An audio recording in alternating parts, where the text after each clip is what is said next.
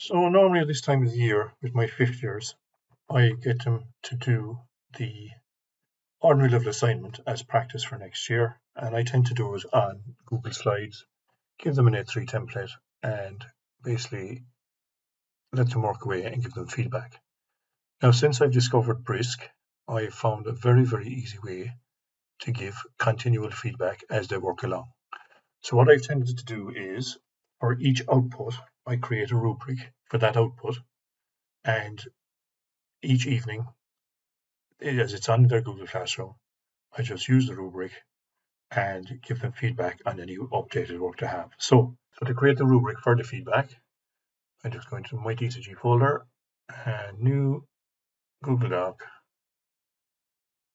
and create rubric. Now,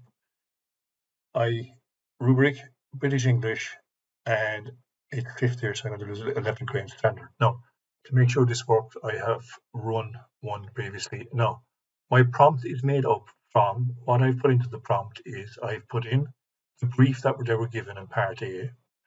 I've put in what output one is meant to be. Output one is a design research and design comparison, and the instructions that were given to the students.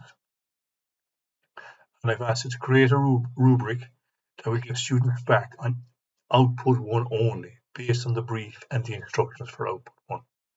So I'm going to copy and paste that into so there's my copy and paste that in there, and click Brisk. And because it's a blank doc, it will just bring it up.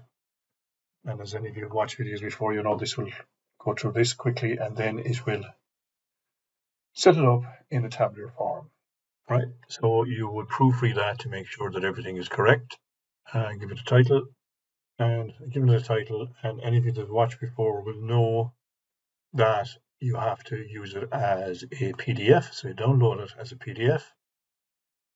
Now it's downloaded into my computer as a PDF. So now I open up the student assignment. So here's a student assignment that I've put together. It is incomplete, so that we do get good feedback. So basically, I open that, give feedback. Now, previous one I showed, we were using a Google Doc where there was targeted feedback. And I mentioned that if you use Google Slides, you're only given 3 for the option. So Go and Grow, rubric criteria, next steps. Now, there's nothing stopping you from using all 3. So I'm going to go with the rubric criteria. So generate feedback based on the attached rubric for all the work presented by the student. Upload my rubric first. So there's my rubric. And make sure then it's at the correct grade. Click Brisk, and it will start generating the feedback. It has generated the feedback. So there, under each of the headings, it is given some feedback.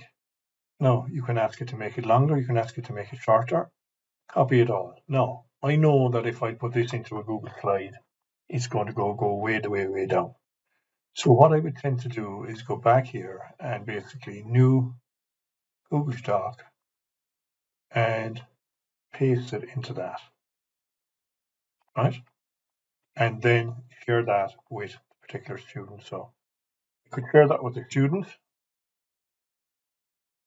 right? Just simple share, put in the student's email address and just share. That's one way of doing it. Now, any of you familiar with Google Classroom will know that there is an area down the right-hand side of your Google Classroom. Now, I don't want to use my Google Classroom because I don't want to be showing students work, where you can put in a private comment. So you can copy this and paste it into the private comment. And there is nothing to stop you from using the 3 different types of feedback to give different representations to the students.